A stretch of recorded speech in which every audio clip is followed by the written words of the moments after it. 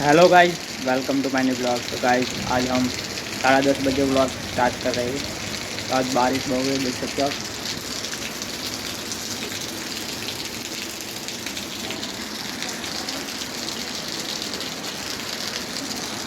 सुबह से बारिश कंटिन्यू चल रही है गाइस, इसलिए ब्लॉग 10:30 बजे स्टार्ट कर रहा हूँ। देख सकते हो गाइस, फुल बारिश हो रही है खेत के साइड। आज लगातार गाइस साढ़े सुबह से बारिश हो रही है। तो अभी मैं आ गया हूँ खेत में गाइस, व्लॉग बनाने के लिए छाता लेके। अब देख सकते हो, तो देखो गाइस फुल बारिश है, खेत में पूरा पानी भर गया है। तो हेलो गाइस, आज हम करने वाले दो मोबाइल रिपेयरिंग। तो आपको व्लॉग में ये दिखाएंगे गाइस। जो पहला मोबाइल है गाइस, जो स्पीकर का प्रॉब्लम है, तो हम पहले से स्पीकर का प्रॉब्लम सॉल्व करेंगे। तो वीडियो में कंटिन्यू बने रहना।